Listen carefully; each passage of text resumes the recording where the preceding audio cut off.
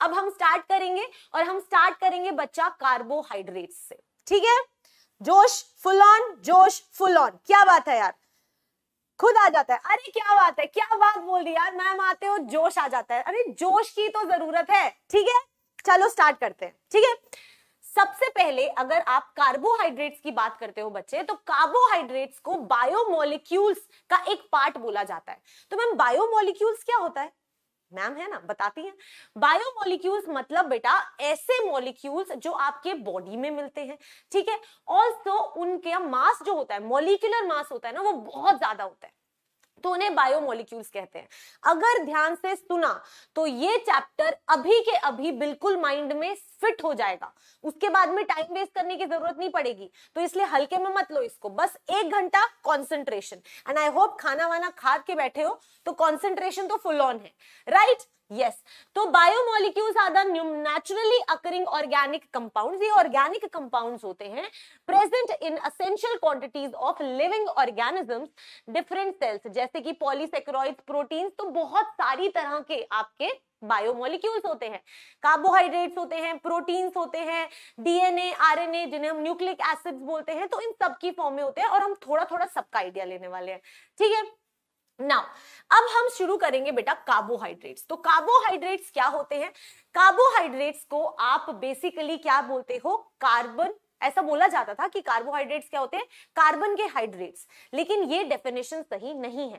Carbohydrates क्या होते हैं, they are poly hydroxy aldehydes and ketones. हर वर्ड का एक मतलब है, carbohydrates are poly hydroxy aldehydes and ketones, यानी कि पढ़ो पहले इस चीज को, it is defined as optically active polyhydroxy aldehydes and ketones, यानी कि ऐसे कंपाउंड्स जिसमें बहुत सारे हाइड्रोक्साइड ग्रुप्स हो। हाइड्रोक्साइड ग्रुप्स कौन से होते हैं मैम, OH ग्रुप्स जो होते हैं उन्हें हाइड्रोक्साइड ग्रुप्स कहते हैं। तो बेटा ये बहुत ज्यादा होते हैं, तो पॉलीहाइड्रोक्सी और एल्डिहाइड या फिर कीटोन ग्रुप प्रेजेंट हो, या फिर एल्डिहाइड ग्रुप प्रेजेंट हो, या फिर कीटोन ग्रुप प्रेजेंट हो, which produce such units on hydrolysis. अब कई बार ऐसे कंपाउंड्स जो इनको हाइड्रोलिसिस करने पे, पानी में डालने पे अगर आपको पॉलीहाइड्रोक्सी एल्डिहाइड और कीटोन दे दे, तो उन्हें भी कहा जाता है कार्बोहाइड्रेट्स। तो अभी तक बेसिक डेफिनेशन हमें पता चल गई, बहुत सारे OH ग्रुप्स होने चाहिए, और क्या होना चाहिए, एल्डिहाइड या फिर कीटोन ग्रुप होना चाहिए, ठीक है, यस मैम। बेटा अब आप कार्बोहाइड्रेट्स को क्लासिफाई करोगे, तो कैसे क्लासिफाई करोगे, वो मोनोसेकेरॉइड्स होते हैं, वो डाइसेकेरॉइड्स होते हैं, और वो ओलिगोसेकेरॉइड्स होते हैं, पॉलीहाइड्रोसेकेरॉइड्स होते हैं, हर एक का मतलब है। अगर आप सॉलिड स्टेट की बात करो जिससे शुरू किया था, उसमें एक यूनिट सेल था ना, वही यूनिट सेल को रिपीट करो तो आपको पूरा क्रिस्टल सिस्टम मिलता था, हाँ मैम वो तो क्लियर है। सेम उसी तरह से बच्चा कार्बोहाइड्रेट्स का सबसे छोटा एक पार्ट होता है जिसे कहा जाता है मोनोसेकेरॉइड, ठीक है। तो मोनोसेकेरॉइड जैसे यूनिट सेल होता था, वैसे यहां पर एक मोनोसेकेरॉइड होता है। अगर आप किसी भी कार्बोहाइड्रेट को हाइड्रोलाइज करते हो और उसके अंदर बहुत सारे सेकेरॉइड्स हैं, तो बेटा आपको सबसे छोटा जो पार्ट मिलता है उसे मोनोसेकेरॉइड कहा जाता है, ठीक है। तो मैम यहां से हमें समझ आया, मोनोसेकेरॉइड्स इंक्लूड नॉन हाइड्रोक्सेबल कार्बोहाइड्रेट्स, यानी कि उसको फर्दर नहीं तोड़ सकते हो, यूनिट सेल को नहीं तोड़ सकते थे ना, सेम उसी तरह से आप एक मोनोसेकेरॉइड को फर्दर नहीं तोड़ सकते, right, perfect. They are soluble in water, और वो सॉल्युबल होते हैं वाटर के अंदर, ये हम सबको पता है, परफेक्ट। आगे बेटा, those containing aldehydic groups are called aldoses and other containing ketone groups are called ketosis। इसका मैं अभी मतलब समझाऊंगी। अगर एल्डिहाइड ग्रुप होता है तो बेटा उसे एल्डोसिस कहते हैं, और अगर कीटोन ग्रुप होता है तो उसे कीटोसिस कहते हैं। सम मोनोसेकेरॉइड्स के एग्जांपल्स आपको दिए गए हैं, राइट, तो इसके बारे में हम बात करते हैं। अब मैंने आपको बोला कि एल्डोसिस और कीटोसिस होते हैं, वो क्या होता है, आपको पता है कि मैम एक कार्बन ये ले लो इस तरीके से, और इनके ऊपर पॉलीहाइड्रोक्सी, तो बेटा मैंने पॉलीहाइड्रोक्सी भी बना दिया, ठीक है। तो मैम बहुत सारे OH ग्रुप्स हैं, तो आप इसको बोल सकते हो पॉलीहाइड्रोक्सी, और इसके साथ साथ एक एल्डिहाइड ग्रुप या कीटोन ग्रुप होना चाहिए, तो मैंने यहां पर बना दिया लेटर से C डबल बॉन्ड OH। तो जो इस तरह का फॉर्मेशन होता है बेटा, इस तरह का फॉर्मेशन जो होता है, इसको बोला जाता है क्या, एल्डोसिस, ये क्या है बेटा, एल्डोसिस, एल्डोसिस, ठीक है। क्यों? क्योंकि इसके अंदर आपके पास में पॉलीहाइड्रोक्सी बहुत सारे OH ग्रुप्स हैं, एक एल्डिहाइड ग्रुप है और CH2OH है, तो मैम इसको एल्डोसिस कहते हैं। अगर मैंने बोला कीटोसिस, तो कीटोस किसको बोलेंगे, यार ये कीटोन ग्रुप होना चाहिए, तो बनाते हैं ना। यहां पर क्या हो जाएगा मैम, COH, COH, ये मैं रैंडम बना रही हूं, तो ये COH हो गया, ये CH2OH हो गया। अब क्या करूं मैम, एक कीटोन ग्रुप बना दो, तो एक कीटोन ग्रुप बना दिया बेटा आपके लिए, ये लो। तो इस तरह के जो भी आपके कार्बोहाइड्रेट्स होंगे उन्हें कहा जाएगा कीटोसिस। उन्हें क्या कहा जाएगा बच्चा, कीटोसिस। तो बेसिक डेफिनेशन हम सबको क्लियर है, क्लियर है बेटा? Yes ma'am.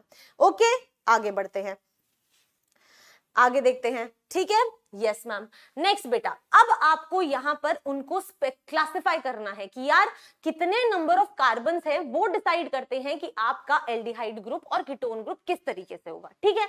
यस, अगर आपके पास में एल्डो ग्रुप है और आपके पास में बेटा 3 कार्बन है, अगर आपके पास में एल्डो ग्रुप है और 3 कार्बन है तो उसको एल्डो ट्रायोस बोला जाएगा। अगर 3 कार्बन वाले को और एल्डिहाइड ग्रुप वाले को एल्डो ट्रायोस बोला जाता है, तो एल्डिहाइड ग्रुप और 4 कार्बन वाले ग्रुप को क्या बोला जाएगा, सोच के बताओ, बताओ क्या बोला जाएगा मैम, उसे एल्डो टेट्रोस बोला जाएगा, राइट। तो यानी कि अगर आप इसका एक जनरल फॉर्मूला लिखो तो आप लिख सकते हो CHO, यहां पर C होगा, यहां OH होगा, यहां H होगा, मैम ये कुछ N होगा और नीचे CH2OH होगा। तो अगर आपको बेटा 3 कार्बन चाहिए तो यहां पर मैम N की वैल्यू 1 हो जाएगी, तो यानी कि 1 2 3 कार्बन, तो वो आपका क्या बन जाएगा, एल्डो ट्रायोस। सिमिलरली अगर आपको 4 कार्बन चाहिए तो क्या करना है, सिर्फ N की वैल्यू को 2 पुट कर दो। इसी जनरल फॉर्मूला में N की वैल्यू को 2 पुट किया तो 2 कार्बन, ये 3 और 4, टोटल 4 कार्बन होगी, हाँ, तो इसे क्या कहा जाएगा, एल्डो टेट्रोस। सिमिलरली बेटा एल्डो पेंटोस और एल्डो हेक्सोस। तो इसी तरीके से आपका सारे के सारे नोमेनक्लेचर्स चलते रहेंगे। अब अगर आप उसी तरह से कीटोन वाले पार्ट की बात करोगे तो यार सेम ही तो चीज है मैम, सिर्फ और सिर्फ कीटोन ग्रुप बनाना है और अगर टोटल 3 कार्बन है तो हम उसे बोलेंगे कीटो ट्रायोस, अगर 4 कार्बन है तो उसे बोलेंगे कीटो टेट्रोस, राइट। अगर 5 कार्बन है तो कीटो पेंटोस, राइट। तो इस तरीके से बेटा सारे नाम होते हैं और ये टेबल जो है वो आपके लिए इंपॉर्टेंट है, जस्ट गो थ्रू कर लेना, रटना मत, कोई प्रॉब्लम नहीं है, सिर्फ गो थ्रू करना है, ठीक है। Yes ma'am. आगे चलते हैं बच्चा आगे चलते हैं। अब अगर आप डाइसैकेरॉइड्स की बात करते हो, I know it is not in your syllabus but आपको डेफिनेशन तो पता होनी चाहिए। तो बेटा डाइसैकेरॉइड्स वो होते हैं जो 2 मोनोसैकेरॉइड से मिलकर बनते हैं। तो ये एक डेफिनेशन है, those carbohydrates which on hydrolysis, आपने उनका हाइड्रोलिसिस किया और वो 2 मोनोसैकेरॉइड्स आपको दे दे, ठीक है, that yields 2 molecules of monosaccharides are called disaccharides, ठीक है। They are crystalline, again बच्चा बहुत इंपॉर्टेंट है, they are crystalline, they are soluble in water and they taste sweet, right। जैसे कि चीनी, जो केन शुगर हम खाते हैं बेटा, वो क्या है, वो एक डाइसैकेरॉइड है, ठीक है। सिमिलरली डाइसैकेरॉइड के बाद में आता है ओलिगोसैकेरॉइड्स। जब 2 से लेके 10 मोनोसैकेरॉइड्स आप उसको हाइड्रोलाइज करके बना सकते हो तो उन सभी को कहा जाता है ओलिगोसैकेरॉइड्स, ठीक है। Yes ma'am. तो those carbohydrates which yield 2 to 10 monosaccharides, आपने उनको पानी में डाला कार्बोहाइड्रेट को, आपको 2 से लेके 10 के बीच में कितने भी मोनोसैकेरॉइड मिले, आप उन सभी को नाम दोगे ओलिगोसैकेरॉइड्स, ठीक है। Yes ma'am. तो on hydrolysis is called oligosaccharide. Example है आपके पास में रैफिनोस बेटा, on hydrolysis gives how many, glucose देता है, फ्रक्टोज देता है और गैलेक्टोज देता है, ठीक है। तो आई होप आपको ये डेफिनेशन क्लियर है बच्चा, मैम क्लियर है, ठीक है। जिन बच्चों को पढ़ना है वो पढ़ेंगे, जिनको नहीं पढ़ना they will just waste their time, right. आपको बेटा कमेंट सेक्शन पे टाइम वेस्ट नहीं करना है, you have to focus on your studies. Exam है ना परसों, तो खुद पे ध्यान दो, दूसरे लोगों पे मत ध्यान दो, just let them go away, right. Yes, चलो आगे बढ़ते हैं। अब अगर हम पॉलीसैकेरॉइड्स की बात करते हैं तो पॉलीसैकेरॉइड्स क्या होंगे। अब यार आपने एक मोनोसैकेरॉइड की बात कर ली, आपने 2 वालों की भी बात कर ली जिन्हें हम डाइसैकेरॉइड कहते थे, ओलिगोसैकेरॉइड की भी बात कर ली। अब अगर 10 से ज्यादा अगर कोई मोनोसैकेरॉइड दे देना तो उसको बस बिना सोचे समझे पॉलीसैकेरॉइड नाम दे देना, ठीक है। यस मैम, दे देंगे, बहुत इजी है।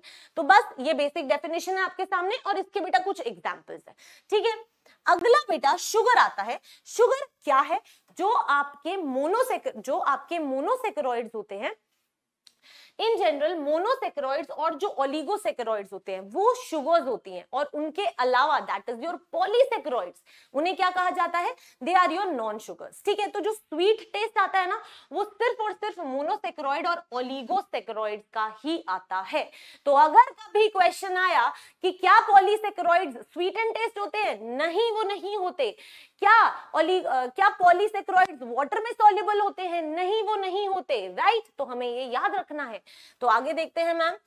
They are sweet and taste, water soluble, they are collectively called sugars. हमें चीनी का एग्जाम्पल याद रखना है, सारी कहानी याद है। Sugar sweet and taste, yes ma'am.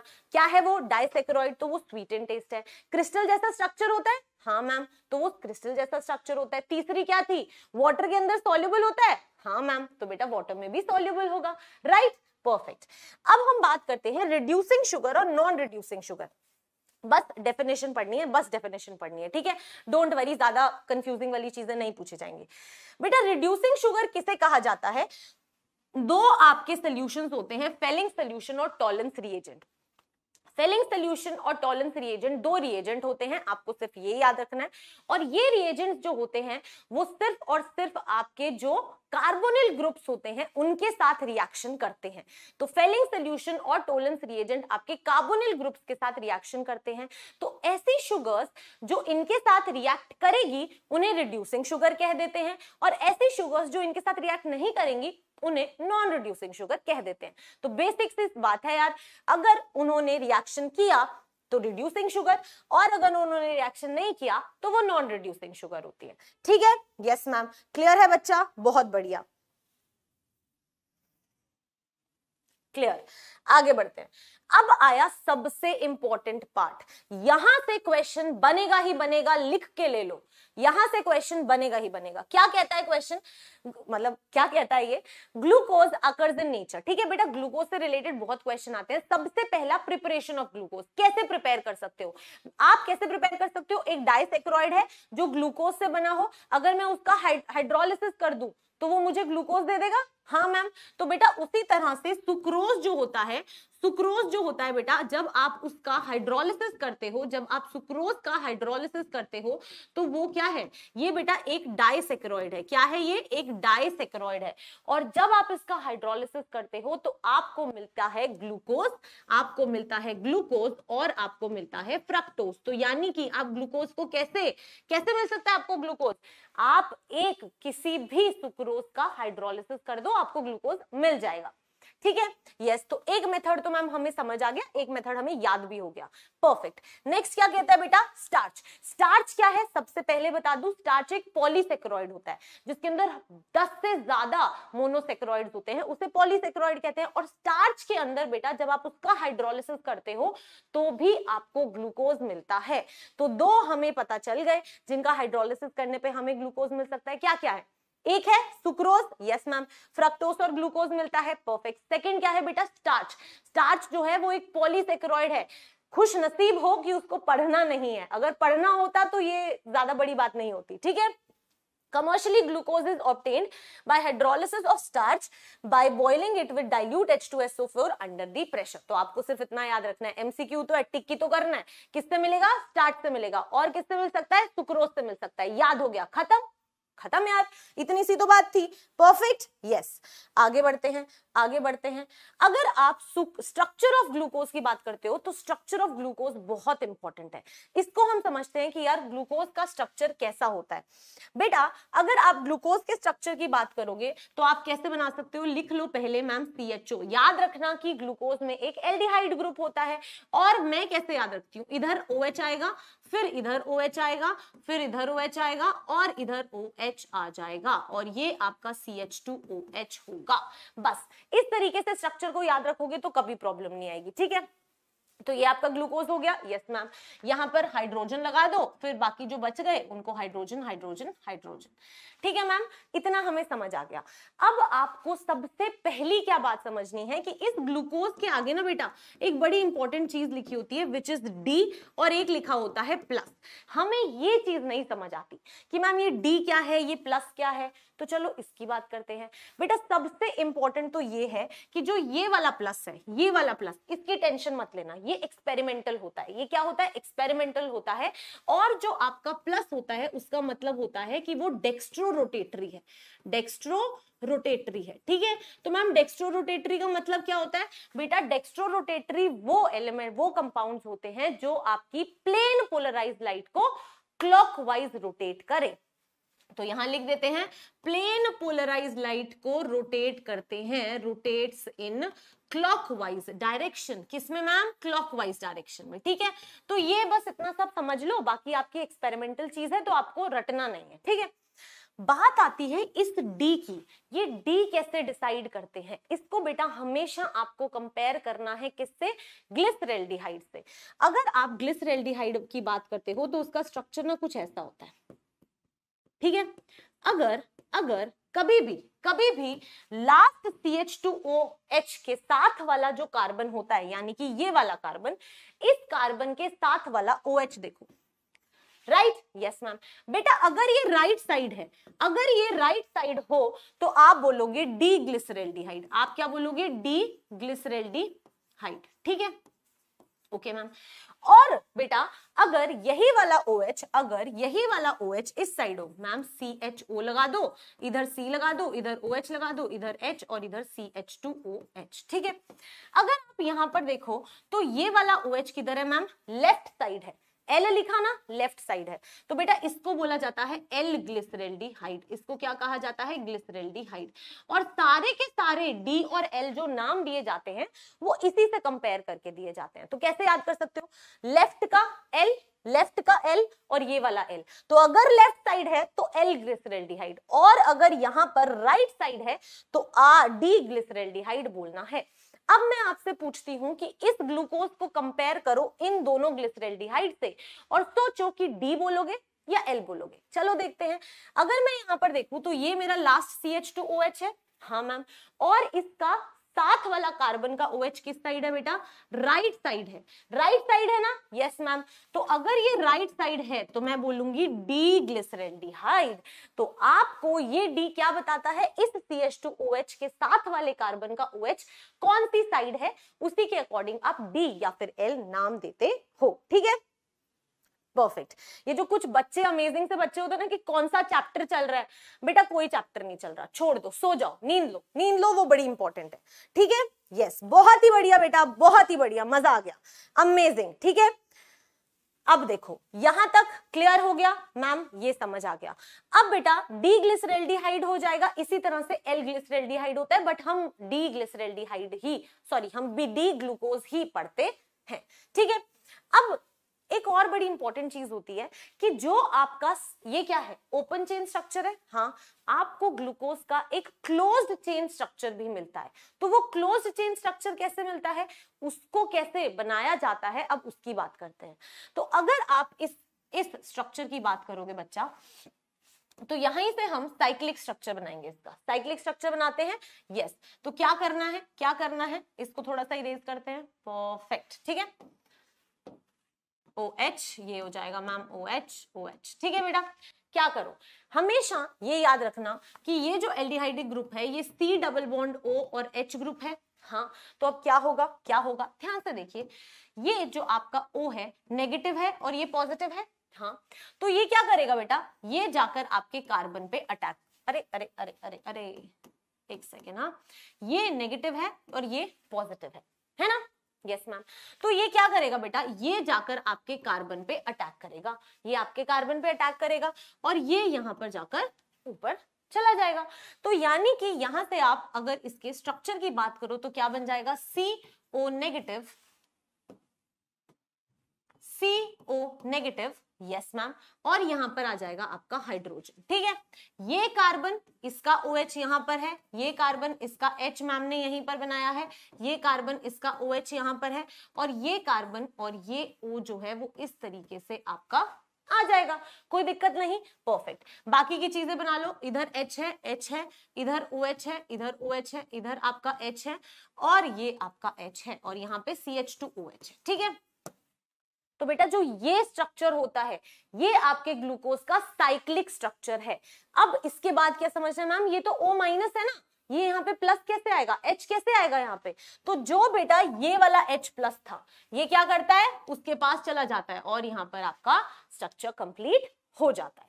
अब आपको अगर ध्यान से मैं दिखाऊं तो आप बोलोगे मैम यहाँ पर ये फर्स्ट कार्बन है, ये सेकंड, ये थर्ड, ये फोर्थ, ये फिफ्थ और ये सिक्स्थ, 6 कार्बन है, बिल्कुल है। अगर आप बेटा फर्स्ट कार्बन के अराउंड OH देखो तो वो दोनों साइड हो सकता है, रोटेट कर रहे हैं ना अभी तो, हाँ, तो यानी कि वो इस साइड भी हो सकता है और वो इस साइड भी हो सकता है। तो बेटा ये दोनों साइड हो सकता है और इसी से आपके अल्फा डी ग्लूकोज और बीटा डी ग्लूकोज बनते हैं, इसी से आपके अल्फा डी ग्लूकोज और बीटा डी ग्लूकोज बनते हैं। तो क्या ये क्लियर है बच्चा, क्या ये क्लियर है, यस।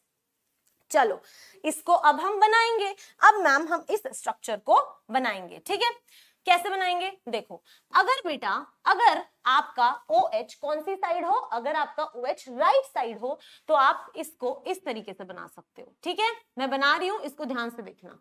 अब हमें नाम देने हैं यहाँ पर 1 2 3 4 5 6। ठीक है मैम, ये फर्स्ट कार्बन, ये सेकेंड, ये थर्ड, ये फोर्थ और ये फिफ्थ, और यहाँ पर सिक्स्थ कार्बन आएगी।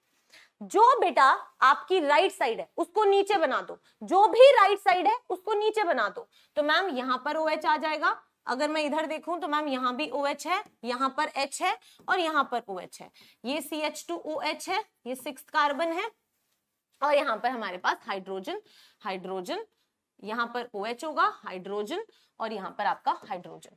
तो आपने क्या किया, आपने अल्फा डी ग्लूकोज बना दिया, एकदम ऐसे, एकदम चुटकी में बनाना, यस मैम। तो ये क्या हो जाएगा, अल्फा डी ग्लूकोज।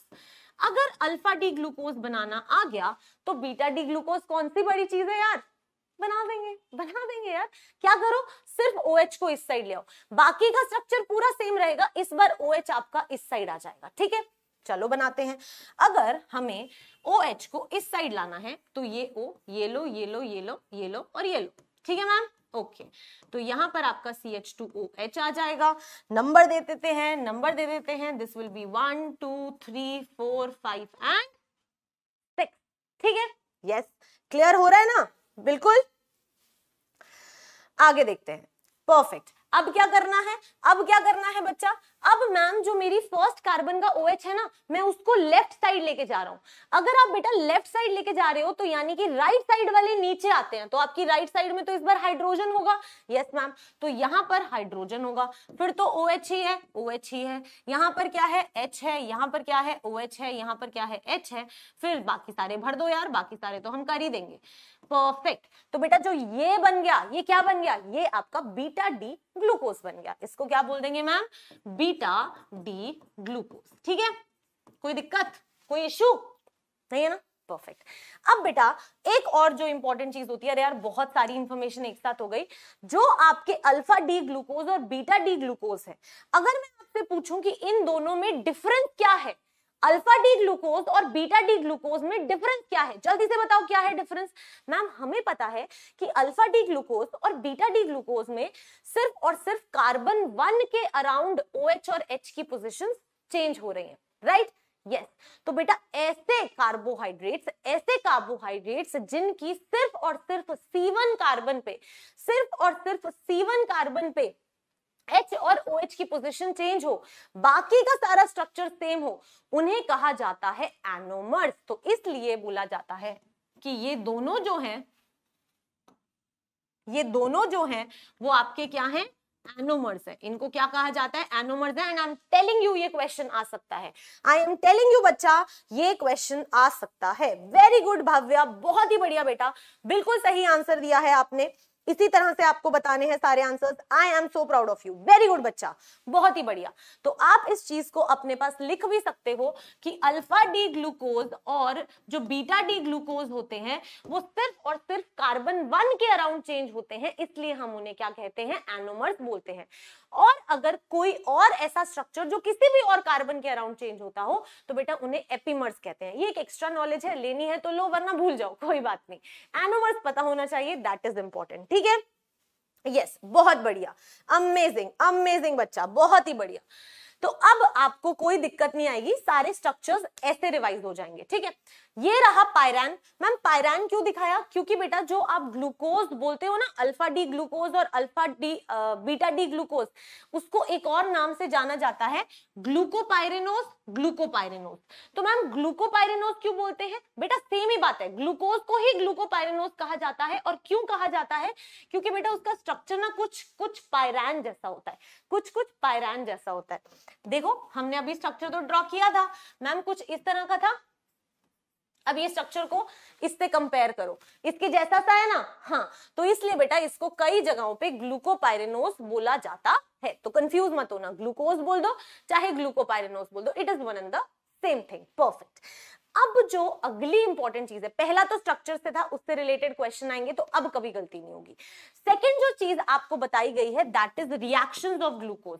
भैया ग्लूकोज बना कैसे, ये पता कैसे चला, ये चीज इंपॉर्टेंट है, यहां से क्वेश्चंस बनते हैं, राइट। Yes, perfect. अब हम बढ़ेंगे ये कैसे बना।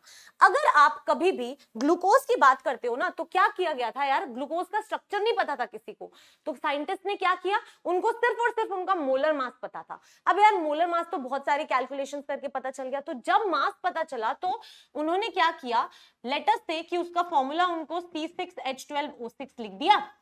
लेकिन अब पता नहीं है कि ये अरेंज कैसे होगा, इसका स्ट्रक्चर क्या है, इसमें कितने कार्बन सीधे लगे हैं, स्ट्रेट लाइन में लगे, कुछ नहीं पता था। तो उन्होंने क्या किया, सबसे पहले इसको HI के साथ रिएक्शन करा दिया। जैसे ही HI के साथ रिएक्शन कराया उनको एक N-हेक्सेन मिल गया, उनको N-हेक्सेन मिल गया, यानी कि उनको कार्बन जो था वो स्ट्रेट चेन में 6 कार्बन मिल गए। अब उनको फॉर्मूला से ये पता था कि 6 कार्बन है, और उन्होंने ये भी देख लिया कि जब भी मैं HI के साथ रिएक्शन कराऊं, जो एक रिड्यूसिंग एजेंट होता है, अगर मैंने उसके साथ रिएक्शन कराया तो मुझे N-हेक्सेन मिल रहा है, यानी कि ग्लूकोज के अंदर जितने भी कार्बन है सारी की सारी स्ट्रेट लाइन में है। पहली इंफॉर्मेशन पता चल गई। तो अगर कभी क्वेश्चन आया कि कौन सा रिएजेंट है जो बताता है कि ग्लूकोज में सारी कार्बन स्ट्रेट चेन में, क्या बोलेंगे, HI बताता है, ठीक है। पहला क्वेश्चन हो गया मैम। दूसरा क्वेश्चन क्या आता है बेटा, सेकंड जो रिएक्शन उन्होंने कराई वो किससे कराई, N-हेक्सेन बनाने के बाद में उन्होंने उसकी रिएक्शन जो है किसके साथ कराई, NH2OH के साथ कराई। अब जो NH2OH है उसे हाइड्रोक्सिल अमीन कहते हैं, इसे हाइड्रोक्सिल अमीन कहते हैं।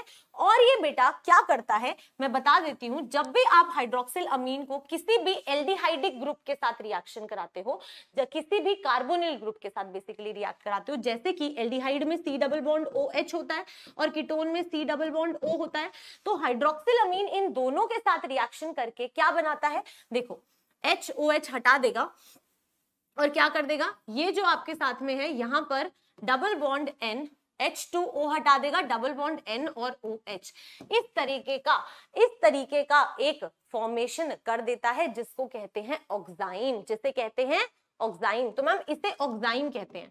तो यानी कि ये रिएक्शन किसके साथ करता है, एल्डिहाइड के साथ भी करता है, कीटोन के साथ भी करता है, और इन दोनों को एक साथ बेटा कार्बोनिल ग्रुप कहा जाता है। इन दोनों को एक साथ क्या कहा जाता है, कार्बोनिल ग्रुप कहा जाता है।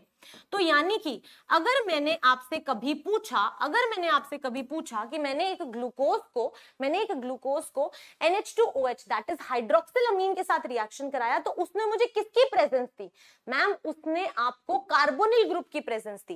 ये नहीं बताया एल्डिहाइड है या कीटोन है, उसने मुझे सिर्फ और सिर्फ ये बताया कि एल्डिहाइड या कीटोन दोनों में से कोई भी हो सकता है, तो भाई कार्बोनिल ग्रुप की प्रेजेंस बताई है। ठीक है मैम, इतना क्लियर हो गया। एक और रिएक्शन कराया बेटा उन्होंने, किसके साथ कराया, एक और जो रिएक्शन कराया वो उन्होंने कराया HCN के साथ। किसके साथ, HCN के साथ। ठीक है, यस बेटा। तो इसके साथ जब रिएक्शन कराया तो इसने भी आपको किसकी प्रेजेंस दी, कार्बोनिल ग्रुप की प्रेजेंस दी, यानी कि ये भी साइनोहाइड्रिन बनाता है और वो भी सिर्फ और सिर्फ कार्बोनिल ग्रुप की प्रेजेंस देता है, यानी कि एल्डिहाइड या कीटोन कुछ नहीं पता चला अभी तक, सिर्फ इतना पता चला है कि दोनों में से कोई भी हो सकता है। ठीक है, तो इन दोनों रिएक्शंस को देख लो, पहले इन दोनों रिएक्शंस को देख लो। देखो HI के साथ रिएक्शन कराई तो आपको N हेक्सेन मिला, तो मुझे पता चला सीधी लाइन है। अगर मैंने हाइड्रोक्सिलअमीन या फिर HCN के साथ रिएक्शन कराया तो मुझे पता चलेगा कि कार्बोनिल ग्रुप प्रेजेंट है। तो मैम आप यहां पर लिख सकते हो कि अगर आपने NH2OH के साथ रिएक्शन कराई है तो आपको ऑक्साइन मिला है, और ये क्या बताता है, ये बेटा बताता है presence of carbonyl group, only and only carbonyl group. और कार्बोनिल ग्रुप क्या हो सकते हैं, कुछ भी हो सकता है, एल्डिहाइड भी हो सकता है, कीटोन भी हो सकता है। तो बेटा ये दोनों जो हैं आपके, ये दोनों ही आपको कार्बोनिल ग्रुप की प्रेजेंस देते हैं। ठीक है, बहुत बढ़िया, बिल्कुल, ग्लूकोज साइनोहाइड्रिन। ठीक है, आगे देखो बेटा, अब आपने ब्रोमीन वाटर के साथ रिएक्शन कराई। अब तक कहानी नहीं समझ आ रही थी, तो अब ब्रोमीन वाटर के साथ रिएक्शन कराई। ब्रोमीन वाटर क्या करता है बेटा, वो ना माइल्ड ऑक्सीडाइजिंग एजेंट है, मतलब हल्का फुल्का ऑक्सीडाइजिंग एजेंट, राइट। तो वो क्या करता है बेटा, ब्रोमीन वाटर ना बहुत स्ट्रॉन्ग नहीं है, तो वो क्या करता है, वो एल्डिहाइड को तो ऑक्सीडाइज कर देता है। तो मैं लिख देती हूं कि जो आपका ब्रोमीन है, कहां लिखूं यार, ब्लैक पेन से लिख दूं, यहीं लिख देती हूं। जो आपका ब्रोमीन है वो क्या है, माइल्ड ऑक्सीडाइजिंग एजेंट है। तो भाई माइल्ड ऑक्सीडाइजिंग एजेंट है तो वो सिर्फ और सिर्फ किसको ऑक्सीडाइज कर सकता है, एल्डिहाइड ग्रुप को ऑक्सीडाइज कर सकता है, कीटोन को नहीं करता, इतना पावरफुल नहीं है।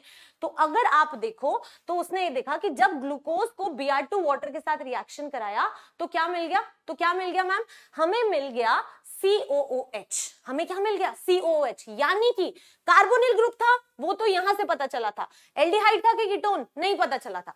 तो फिर ब्रोमीन वाटर से रिएक्शन करा दी, और ब्रोमीन वाटर से रिएक्शन करने पे भैया ऑक्सीडाइजेशन हो गया। अगर ऑक्सीडाइजेशन हो गया तो मैम इसका मतलब है कि हमें पता चल गया कि प्रेजेंस है किसकी, एल्डिहाइडिक ग्रुप की, किसकी, एल्डिहाइडिक ग्रुप की। ठीक है, तो ब्रोमीन वाटर बेटा अगर कभी किसी ने पूछा तो किसकी प्रेजेंस देता है, एल्डिहाइडिक ग्रुप की प्रेजेंस देता है। क्लियर हुआ, सबको क्लियर हुआ, वेरी गुड, बहुत बढ़िया बच्चा, राइट।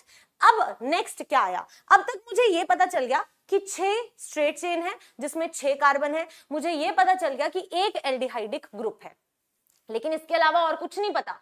तो इसके अलावा और इंफॉर्मेशन आपको कौन देगा, अगला रिएजेंट देगा जो आप एसिटाइलेशन कराओगे, किसके साथ, एसिटिक एनहाइड्राइड के साथ।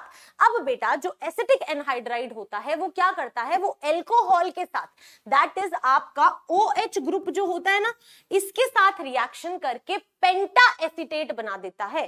पेंटा एसिटेट का मतलब है कि 5 एसिटेट ग्रुप्स लगे हैं, 5 एसिटिक एनहाइड्राइड ने रिएक्ट किया और 5 आपके एसिटेट बने हैं, यानी कि मैम जो भी ग्लूकोज था उसमें 5 OH ग्रुप प्रेजेंट हैं।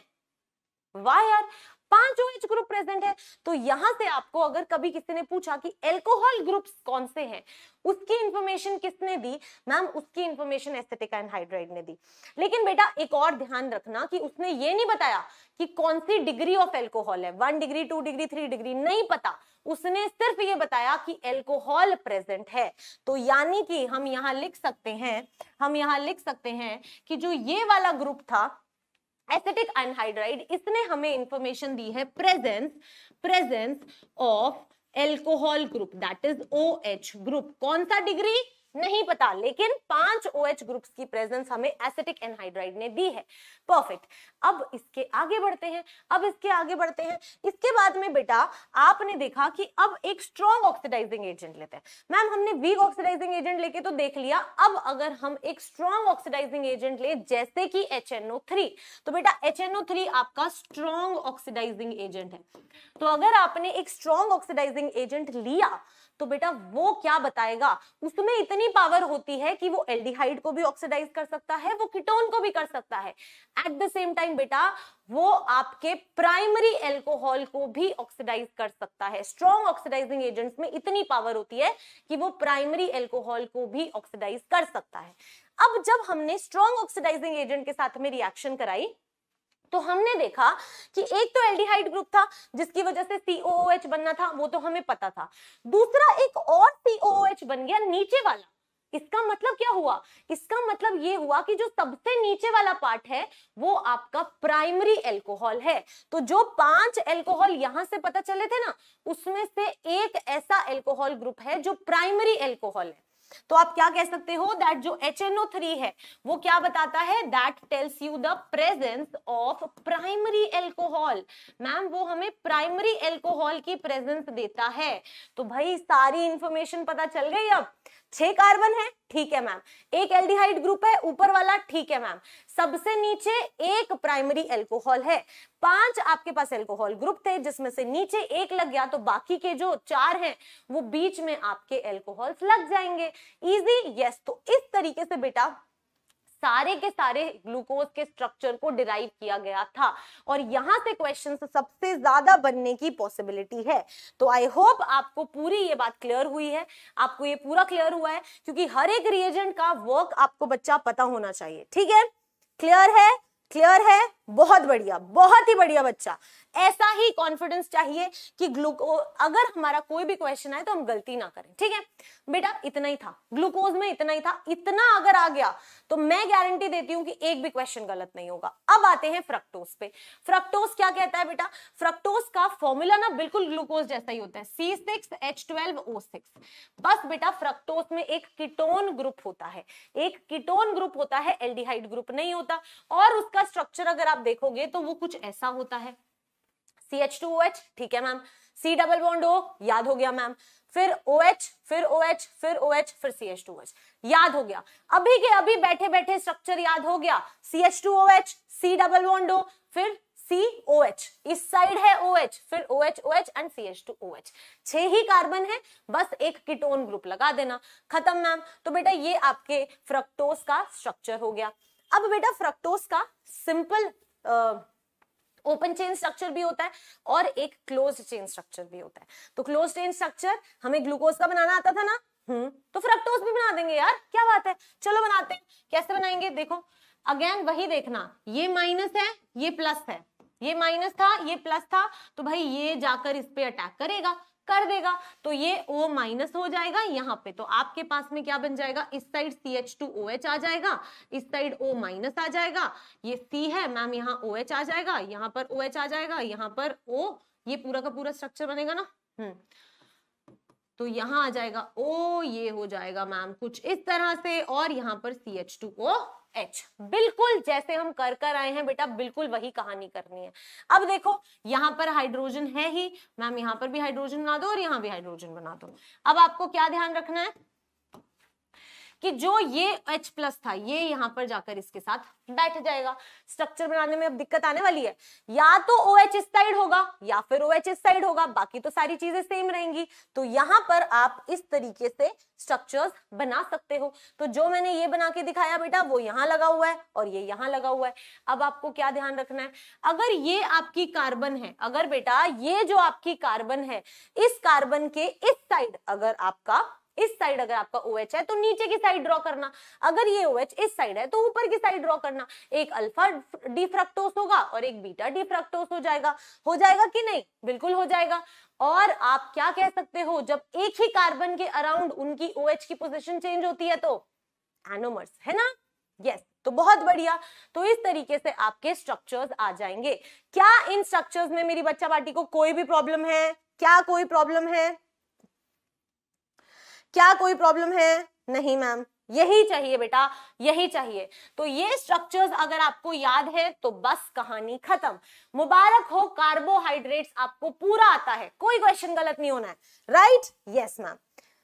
आगे बढ़ते हैं बेटा। ओके, क्वेश्चन आता है कि मैम फ्रक्टोफ्यूरेनोस क्यों बोलते हैं? तो बेटा सेम ही चीज है, जैसे वहां पर पायरान से स्ट्रक्चर मैच करता था वैसे ही यहाँ पर फ्यूरान से स्ट्रक्चर मैच करता है। यहाँ पर फ्यूरान से स्ट्रक्चर मैच करता है, यहां से बेटा फ्यूरान से स्ट्रक्चर मैच करता है, इसलिए फ्रक्टोफ्यूरेनोस बोल देते हैं। हो जाएगा ना, परफेक्ट। आगे बढ़ते हैं, ठीक है बेटा, आगे बढ़ते हैं। अब हम आ गए प्रोटीन्स पे, तो थोड़ा प्रोटीन्स की कहानी भी पढ़ लें यार। हम प्रोटीन्स कितना, जो जिम विम करते हैं बहुत प्रोटीन्स तो लेते हैं ना वो, तो प्रोटीन्स को समझते हैं। प्रोटीन्स बनते कैसे हैं? प्रोटीन्स जब बनने लगते हैं यार, अगर आप प्रोटीन्स को तोड़ने लगोगे ना, तो जो सबसे छोटा पार्ट आएगा प्रोटीन्स का, वो कौन सा आएगा? अमीनो एसिड्स आएगा। क्या आएगा? अमीनो एसिड्स आएगा, ठीक है। तो सबसे पहले आपको ये जानना है कि असेंशियल और नॉन असेंशियल अमीनो एसिड्स क्या होते हैं। तो प्रोटीन्स को पढ़ने के लिए पहले अमीनो एसिड पढ़ेंगे, क्योंकि जब आप अमीनो एसिड्स को जोड़ते हो तभी तो जाकर प्रोटीन बनते हैं। तो पहले छोटी चीज पढ़ते हैं, फिर ऊपर बढ़ते हैं, है ना। तो बेटा दो तरह के अमीनो एसिड्स होते हैं, असेंशियल और नॉन असेंशियल। अब आपके पास में अगर कोई चीज है, अगर आपके पास में कोई चीज है, जैसे कि अब हम आपको पढ़ा रहे हैं, कुछ बच्चे तो उसको फिर भी थोड़ा बहुत अप्रिशिएट करते हैं, बट बहुत सारे कमेंट सेक्शन के अंदर सिर्फ टाइम वेस्ट करने आए हैं, वो अप्रिशिएट नहीं कर रहे ना। हाँ, तो बेटा जो चीज आपके पास होती है आप उसको अप्रिशिएट नहीं करते, जो चीज आपको मिल जाती है उस चीज को आप अप्रिशिएट नहीं करते, राइट? यस, जैसे अभी हो रहा है। यस मैम, लेकिन जो चीज आपके पास नहीं होती उसकी बड़ी अहमियत होती है। किसी और के पास है ना कुछ, तो चाहिए वो चाहिए, तो पता लगता है कि यार कितनी इंपॉर्टेंट चीज है वो। तो सेम वही चीज होती है अमीनो एसिड के केस में। अगर आपकी बॉडी में कोई अमीनो एसिड बन रहे होते हैं तो आपको उसकी अहमियत नहीं है, आप कहते हो they are non essential amino acids. और अगर कुछ ऐसे अमीनो एसिड्स हैं जिनकी आपको अहमियत होगी, वो कौन से होंगे? जो आपको बाहर से लेने पड़ेंगे। तो असेंशियल अमीनो एसिड्स कौन से हैं? जो हमें बाहर से लेने पड़ते हैं। और नॉन असेंशियल अमीनो एसिड्स कौन से होते हैं? जो हमारी बॉडी के अंदर होते हैं, राइट? तो जल्दी से इस चीज को पढ़ लो। The amino acids which can be synthesized in the body are known as non essential amino acids. Body में हो रहे हैं ना, कोई अहमियत नहीं है, तो वो नॉन असेंशियल अमीनो एसिड्स हैं। एग्जांपल्स बच्चा आपको दिए हुए हैं, ये एग्जांपल्स आपको याद होने चाहिए, इनसे क्वेश्चंस आ सकते हैं, ठीक है। On the other hand, those which cannot be synthesized in the body are and they have to be taken by diet. खाना खा के लेना पड़ेगा भाई, खाना खा के लेना पड़ेगा, राइट? यस, वो आपके असेंशियल अमीनो एसिड्स होते हैं, वो आपके असेंशियल अमीनो एसिड्स होते हैं, ठीक है। आगे चलते हैं, ठीक है। अरे ये क्या कर दिया मैम ने, ठीक है। अब बेटा यहाँ पर कुछ अमीनो एसिड्स हैं, अगर आप अपनी एनसीईआरटी भी खोलोगे ना, अब परसों पेपर है तो एनसीईआरटी तो खोली होगी, मैं विश्वास कर रही हूँ कि खोली है। अगर उसे खोलोगे तो उसमें ये अमीनो एसिड्स दिख जाएंगे। तो बेटा इनके स्ट्रक्चर्स जो हैं वो एक बार गो थ्रू कर लेना, बस एक बार ऐसे नजर मार लेना, दैट इज इंपॉर्टेंट, ठीक है। यस, तो ये अमीनो एसिड्स देख लोगे। इसके बाद में बेटा एक बड़ी इंपॉर्टेंट चीज बोलिए, ये जो स्टार लगे हैं ना, ये रहा, ये सारे जो स्टार्स लगे हुए अमीनो एसिड्स हैं वो आपके असेंशियल अमीनो एसिड्स हैं। तो देख लेना कि कौन से असेंशियल हैं। ओके, परफेक्ट, बहुत बढ़िया। यस बेटा, एनोमर फर्स्ट कार्बन पे चेंज होता है, ठीक है। अब बेटा अमीनो एसिड्स होते क्या है भाई? अभी तक तो अमीनो एसिड करा रहे हो, बट होता क्या है? एक जनरल स्ट्रक्चर अगर आप अमीनो एसिड का बोलोगे तो बेटा एक कार्बन होती है, येलो कलर से बनाएंगे यार, yellow colour is a good colour, तो येलो कलर से बनाएंगे, ठीक है। कार्बन होता है, यहां पर आपका बेटा COOH ग्रुप होता है, एक आपका NH2 ग्रुप होता है, एक आपके पास में R और एक आपके पास में हाइड्रोजन। अगर आप ध्यान से देखो तो चारों ग्रुप्स अलग अलग हैं, तो कार्बन क्या होगा? कार्बन हमेशा एक कायरल कार्बन होगा। ऑप्टिकली एक्टिव होते हैं सारे आपके अमीनो एसिड्स एक्सेप्ट वन, ठीक है। वो कौन सा होता है? ग्लाइसिन, मैं बताऊंगी। अब देखो बेटा, इस R की वैल्यू बदलती रहती है, बाकी जनरल फॉर्मूला जो होता है, जो जनरल स्ट्रक्चर होता है अमीनो एसिड का, वो यही होता है, ठीक है। और अगर आप यहां पर देखो तो COOH की अल्फा कार्बन के ऊपर NH2 लगा होता है, इसलिए इसको अल्फा अमीनो एसिड कहा जाता है। R की वैल्यू बेटा जब हाइड्रोजन के इक्वल होती है, मतलब कि कभी R जब हाइड्रोजन होता है तो उस अमीनो एसिड को स्ट्रक्चर क्या हो जाएगा? COOH, यहां पर आ जाएगा NH2, यहां आ जाएगा H और यहां H। इस बार इस कार्बन के साथ 2 हाइड्रोजन जुड़े हैं, यानी कि ये ऑप्टिकली एक्टिव नहीं है। और एकमात्र ऐसा अमीनो एसिड एक ही है जो कायरल नहीं होता, जो ऑप्टिकली एक्टिव नहीं होता, और उसका नाम होता है ग्लाइसिन। और ये जो एक्सेप्शंस होती है ना, एक्सेप्शन नहीं, जो कोई अलग सी चीज होती है, उसी से क्वेश्चन आता है, तो यहां से क्वेश्चन आने की पॉसिबिलिटी है, तो इसे याद करेंगे। Amino acids contain NH2 and COH functional groups depending on the relative position of amino acid with respect to the carboxyl group. Acids can be classified as alpha, beta, gamma and delta and so on. अब आप इस carbon के आगे आगे और carbon ले लो, तो ये कार्बन अल्फा हो जाएगी, फिर बीटा, फिर गामा, फिर डेल्टा। तो NH2 जहां भी लगा होता है उसके हिसाब से नाम देते हैं, लेकिन हम कौन से अमीनो एसिड पढ़ते हैं? अल्फा अमीनो एसिड, ठीक है। Only alpha amino acids are obtained on the hydrolysis of amino acids, ठीक है बेटा। मोस्ट इंपॉर्टेंट चीजें हमें पता चल गई, बाकी पढ़ लो। इन एक्वस सोल्यूशन, अब बड़ा इंपॉर्टेंट है यार, zwitter ion. Ma'am zwitter ion कैसे बनता है? हमें जनरल फॉर्मूला पता है कि कार्बन होगा, यहाँ NH2 होगा, मैम यहाँ COOH होगा, यहाँ पर R ग्रुप होगा, यहाँ हाइड्रोजन होगा। अगर बेटा आपने इसको कोई एक्वस सॉल्यूशन में डाला तो क्या होगा? COH क्या है? एक एसिड है। हाँ मैम, तो एसिड क्या करता है? H+ लूज करता है। तो बेटा जो आपका ये एसिड है, ये क्या करेगा? COO- H+ लूज कर देगा। अब यार जो H+ लूज किया है वो कहाँ जाएगा? वो बेचारा ये बेस जो है ना, कहेगा मैं लूंगा यार, आपने बोला तो हम लेंगे ना, तो ये ले लेता है इसे, और यहाँ पर पॉजिटिव चार्ज आ जाता है। तो इसको कहा जाता है बेटा ज्विटर आयन। इसको क्या कहा जाता है? Zwitter ion. इसको कहा जाता है ज्विटर आयन, ठीक है। अगर देखो तो पॉजिटिव और नेगेटिव इक्वल कर रहे हैं, तो ये क्या होता है? न्यूट्रल होता है, ये न्यूट्रल होता है। तो पढ़ लो, in aqueous solution the carboxyl group loses a proton and amino acid gains the proton and gives rise to a dipolar ion known as zwitter ion. तो यानी कि इसका एक और नाम भी होता है which is also known as dipolar ion. Clear? बढ़िया। Zwitter ion is neutral although it contains both positive and negative charge. Overall charge तो 0 है ना? Yes ma'am. कुछ अमीनो एसिड्स के बारे में इंपॉर्टेंट बातें बताई गई हैं। They are colorless, crystalline, soluble. ठीक है बेटा, ये सब चीजें हमें क्लियर है। ग्लाइसिन जो मैं आपको बता चुकी हूँ, उसके बारे में बताया गया है that except glycine, all the naturally occurring alpha amino acids are optically active. वो optically active होते हैं। All naturally occurring amino acids have L configuration. मैंने बताया था कि बेटा सारे के सारे अमीनो एसिड जो होते हैं वो L configuration के ही होते हैं, ठीक है, जिन अमीनो एसिड की हम बात करते हैं। दो they exist in both D and L configuration, लेकिन हमारे केस में हम सिर्फ और सिर्फ L वालों को ही स्टडी करते हैं, ठीक है। यस, एक तो इनको गुस्सा बहुत आता है, स्पैमर्स का कुछ नहीं हो सकता है। अब हम बात करते हैं पेप्टाइड बॉन्ड्स की। मैम आपने हमें ये तो बता दिया कि अमीनो एसिड्स क्या होते हैं, लेकिन मैम उनके बीच में बॉन्ड्स कैसे बनते हैं? कैसे बनते हैं? चलो देखते हैं यार, ये भी तो इंपॉर्टेंट चीज है। Ma'am I know that carbon होगा, मुझे पता है कि कार्बन होगा, उसके बाद में मैम उसके साथ में एक NH2 ग्रुप होता है, और मैम क्या होता है, और बेटा आपके पास R होता है, हाइड्रोजन होता है, और C double bond OH group होता है। सिमिलरली एक और अमीनो एसिड ले लो, एक और ले लेते हैं, इस बार यहां पर नाइट्रोजन लिख दो, H2 लिख दो, ठीक है, इसको ऐसे लिख दो NH और H, ठीक है। यहां पर मैम R होगा, यहां पर हाइड्रोजन होगा, और यहां पर C डबल बॉन्ड OH होगा। तो बेटा मैं जो आपको कहानी बताना चाहती हूँ वो हमेशा याद रखना कि जब आपके अमीनो एसिड जुड़ना शुरू होते हैं तो उनके केस में क्या होता है, ये इस तरीके से वाटर रिमूव हो जाता है, तो -H2O हो जाएगा। तो जो आपका स्ट्रक्चर बनेगा वो कैसा बन जाएगा? H2N CRH C double bond ONH CRH C double bond OH, ठीक है। तो ये क्या हुआ, ये मैंने दो अमीनो एसिड्स को जोड़कर आपको एक कहानी दिखाई है, ठीक है बेटा। यस, अगर आप यहां पर देखो तो इसके पास में मैम यहाँ लोन पेयर्स होते हैं।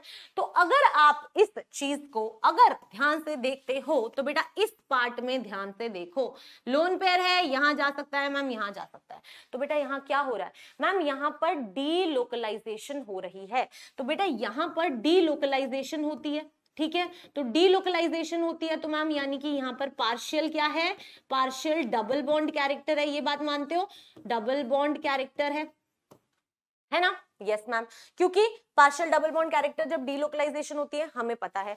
और बेटा जब भी पार्शियल डबल बॉन्ड कैरेक्टर होता है तो वो एरिया जो है वो उतना प्लेन जो है वो प्लेनर होता है, यानी कि मैम जो ये एरिया है वो क्या है, प्लेनर है। इतना पार्ट जो है वो एक ही प्लेन के अंदर रहेगा, तोड़ मरोड़ नहीं सकते उसको, वो एक ही प्लेन में रहेगा। तो बेटा इस बॉन्ड को कहा जाता है आपका, इस बॉन्ड को कहा जाता है पेप्टाइड बॉन्ड, इसको कहा जाता है पेप्टाइड बॉन्ड। और हमेशा अमीनो एसिड्स ऐसे ही एक दूसरे के साथ फॉर्म करते हैं bond with the use of peptide bond, और पेप्टाइड बॉन्ड ऐसे बनता है।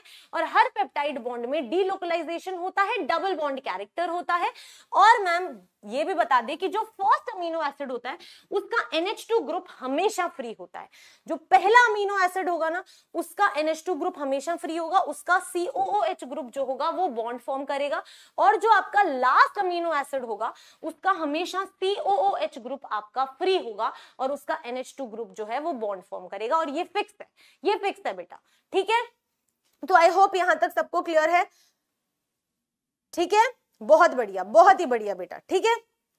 आगे बढ़ते हैं। क्लियर है मैम? पेप्टाइड बॉन्ड, बेटा पेप्टाइड बॉन्ड के बारे में ये सारी इंफॉर्मेशन इंपॉर्टेंट है। ओके परफेक्ट, पेप्टाइड बॉन्ड समझ आ गया। तो बेटा इसी तरह से पेप्टाइड बॉन्ड से आपके सारे के सारे, जब 1 2 3 4 ऐसे 10 हजारों आपके अमीनो एसिड्स जुड़ जाते हैं, जब हजारों अमीनो एसिड्स जुड़ जाते हैं तो फिर आपका क्या बन जाता है, प्रोटीन बन जाता है। तो मैम प्रोटीन के अंदर बॉन्डिंग कौन सी होती है, पेप्टाइड बॉन्डिंग होती है यार। क्लियर? चलो अब अगर मैं आपसे क्वेश्चन पूछूं that what do we understand by a dipeptide bond, dipeptide bond का मतलब क्या है? डाइपेप्टाइड बॉन्ड का मतलब बेटा ये नहीं है कि 2 पेप्टाइड बॉन्ड्स हैं, नहीं, इसका मतलब है कि आपके पास में लेटर से कोई एक अमीनो एसिड है एलानिन और वो लगा है ग्लाइसिन के साथ, तो इन 2 अमीनो एसिड्स के बीच में जो एक बॉन्ड होता है ना तो हम कहते हैं डाइपेप्टाइड। तो डाइपेप्टाइड से कंफ्यूज मत होना, 2 अमीनो एसिड्स के बीच में जो एक पेप्टाइड बॉन्ड होता है उसे कहा जाता है डाइपेप्टाइड। अगर मैंने बोला ट्राइपेप्टाइड तो इसका मतलब है कि उसमें 3 अमीनो एसिड हैं और 2 पेप्टाइड बॉन्ड है। तो हमेशा जो डाई ट्राई लिखा होता है ना उससे एक कम पेप्टाइड बॉन्ड होता है और जितना नंबर लिखा है उतने नंबर ऑफ अमीनो एसिड्स होते हैं। अगर मैंने बोला ट्राइपेप्टाइड तो मैम ट्राइपेप्टाइड का मतलब है कि आपके पास में 3 अमीनो एसिड्स हैं, ठीक है, और इन 3 अमीनो एसिड के बीच में 2 पेप्टाइड बॉन्ड बने हैं, ठीक है? यस, तो ये चीज आपको ध्यान रखनी है। ओके बहुत ही बढ़िया। अरे फॉस्फोडाइस्टर लिंकेज कहां से आ गया यार, अभी नहीं, ठीक है? What do we understand by polypeptide bond, polypeptide bond मतलब बहुत सारे बॉन्ड्स हो जाएंगे, ठीक है? तो आई थिंक इसका भी मतलब क्लियर है। आगे बढ़ते हैं बेटा। अगर बहुत सारे बॉन्ड्स हो जाते हैं और 10,000 से ज्यादा मोलर मास आ जाता है ना, जब 10,000 से ज्यादा मोलर मास आ जाता है तो उसको बेटा प्रोटीन कह देते हैं। तो मैंने बताया था जब बहुत सारे अमीनो एसिड जुड़ जाते हैं तो प्रोटीन बनता है। चलो अब बेटा इस प्रोटीन के स्ट्रक्चर की बात करते हैं। अब इस प्रोटीन के स्ट्रक्चर की बात करेंगे बच्चा। सबसे पहले अगर आप प्रोटीन के स्ट्रक्चर की बात करते हो तो proteins are classified as 4 major type के स्ट्रक्चर्स होते हैं, बहुत स्पीड में हम इसे पढ़ेंगे।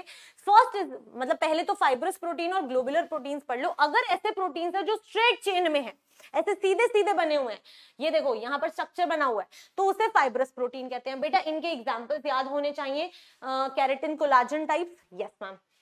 Next is globular proteins. जब इस तरीके का स्ट्रक्चर होता है तो उसे ग्लोबुलर प्रोटीन कहते हैं, जब इस तरीके का स्ट्रक्चर होता है तो उसे ग्लोबुलर प्रोटीन कहते हैं, ठीक है?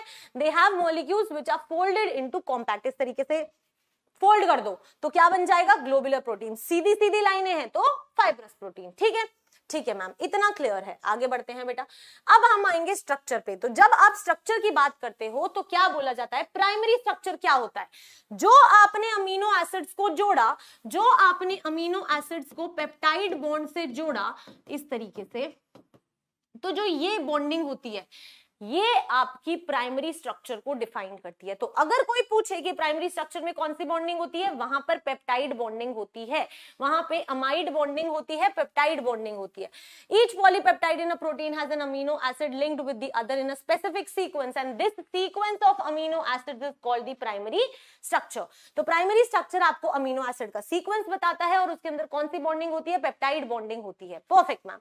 सेकंड बेटा सेकेंडरी स्ट्रक्चर होता है और सेकेंडरी स्ट्रक्चर में कौन सी बॉन्डिंग सबसे इंपॉर्टेंट है ये पूछा जाता है, और यहां पर बेटा हाइड्रोजन बॉन्डिंग सबसे इंपॉर्टेंट होती है। कौन सी मैम? हाइड्रोजन बॉन्डिंग सबसे इंपॉर्टेंट होती है। मैं अभी दिखाऊंगी हाइड्रोजन बॉन्डिंग कैसे सबसे इंपॉर्टेंट होती है। हाइड्रोजन बॉन्डिंग बच्चा कैसे दो टाइप्स की हो सकती है, एक अल्फा हेलिक्स होती है, एक बीटा प्लीटेड शीट्स होती है। उनके स्ट्रक्चर्स देखते हैं अभी, ठीक है।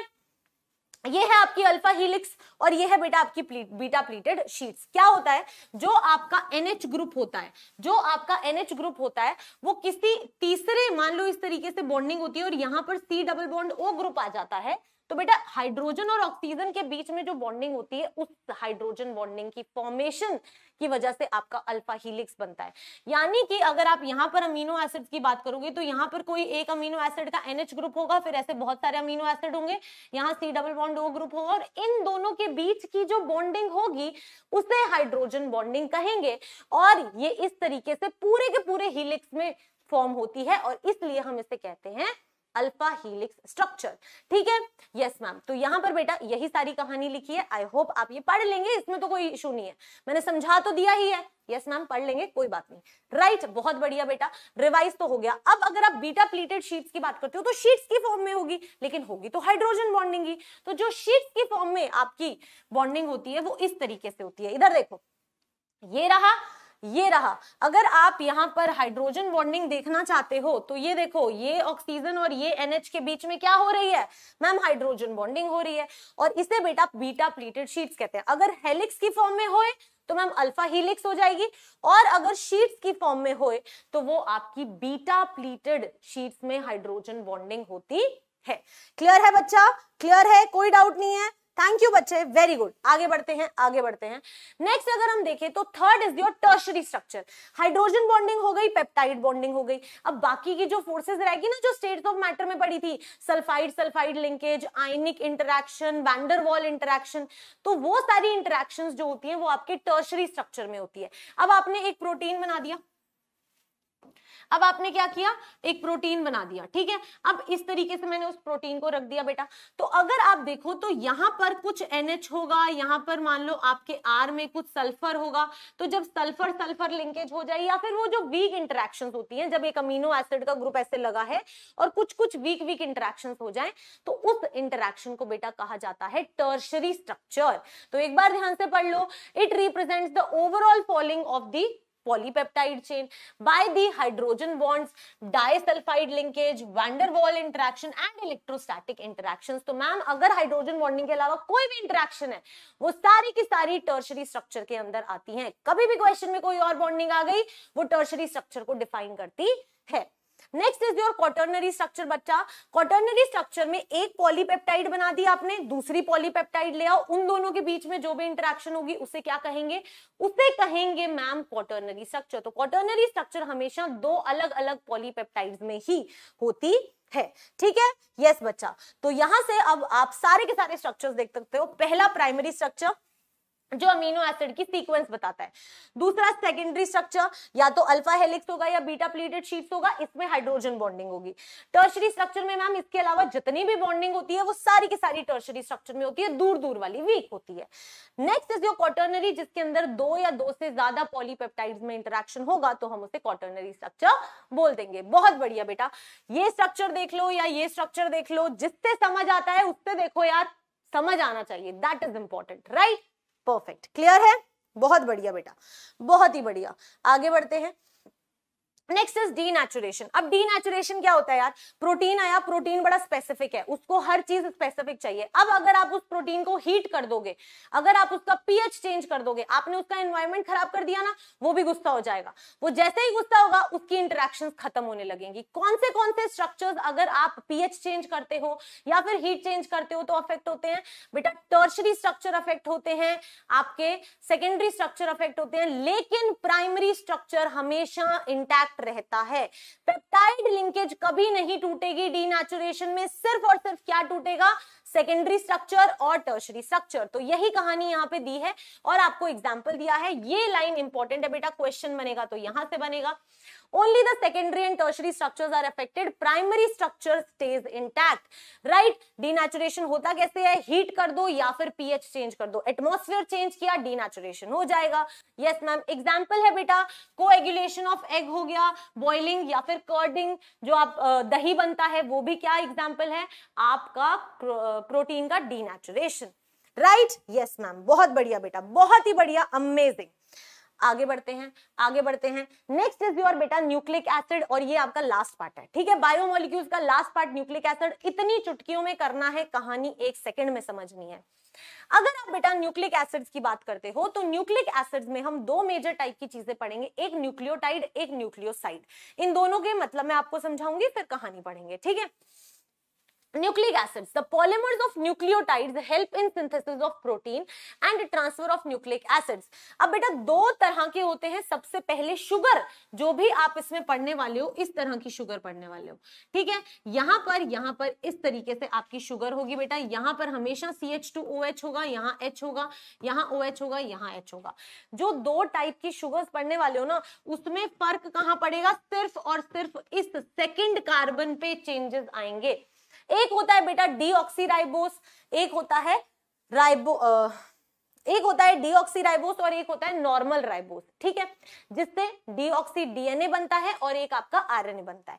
अगर आपके सेकंड वाले कार्बन पे OH ग्रुप लगा है, अगर आपके सेकंड वाले कार्बन पे OH ग्रुप लगा है तो आप उसको राइबोस कहते हो, तो आप उसको राइबोस कहते हो। और अगर ये OH में हटा दूं, अगर मैं ये OH हटा दूं और इसकी जगह हाइड्रोजन लगा दूं तो उसे मैं कहती हूं डीऑक्सीराइबोस, ठीक है। डीऑक्सी मतलब ऑक्सीजन हट गया तो वो यहां पर हट जाता है और इसलिए वो आपका डीऑक्सीराइबोस हो जाता है। और अगर यहां पर OH लगा रहे तो उसे राइबोस कहा जाता है। क्लियर बच्चा? यस मैम, क्लियर है, बहुत बढ़िया। तो ये 2 तरह के शुगर्स होते हैं। अगर मैं डीएनए की बात करती हूँ तो उसमें सारे के सारे शुगर्स कौन से होंगे, डीऑक्सीराइबोस होंगे। अगर मैं आरएनए की बात करती हूँ तो उसमें सारे के सारे कौन से शुगर्स होंगे, राइबोस वाले शुगर्स होंगे। अब इतना तो लॉजिक हम समझ ही सकते हैं। यस मैम, बहुत बढ़िया। नेक्स्ट बेटा, ये स्ट्रक्चर्स लास्ट में समझाऊंगी।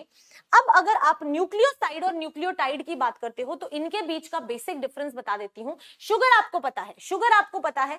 अगर आप शुगर और बेस की बात करते हो तो आपको मिलता है क्या, न्यूक्लियोसाइड।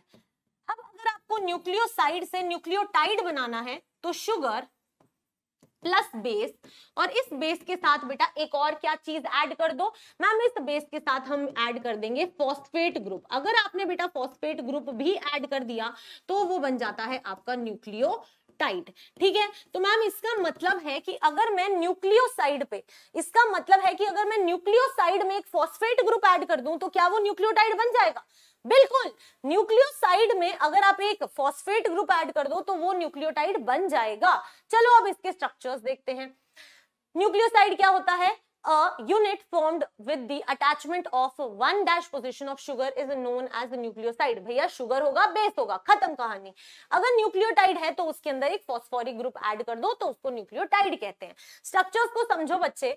अगर आप यहाँ पर देखो तो यहाँ पर आपके पास में शुगर है मैम, यहाँ पर हमारे पास में शुगर है, और बेटा आपके पास में 1 डैश जो आपकी कार्बन है उसके ऊपर एक बेस भी है। तो यानी कि मैम इसके साथ मेरे पास बेस भी है।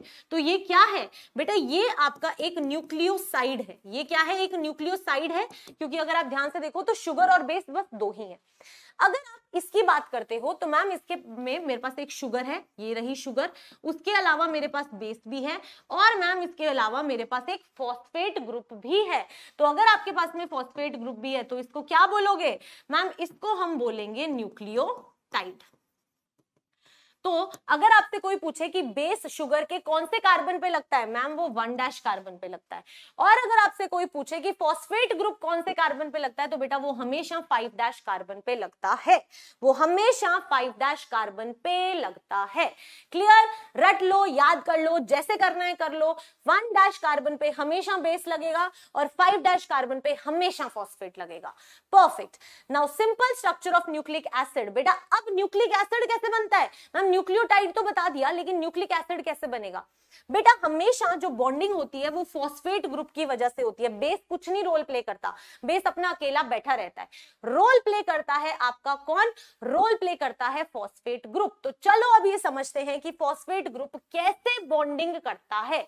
बहुत ही आसान है बच्चा। यहां पर आपने एक फॉस्फेट ग्रुप बनाया, ठीक है, ऐसे कार्बन होती है, यस मैम, यहाँ पे बेटा बेस होता है, ठीक है। फटाफट बताएंगे हम, फटाफट कहानी को खत्म कर देंगे। आगे करते हैं, आगे करते हैं। ये रहा, ये रहा, ये रहा और ये रहा।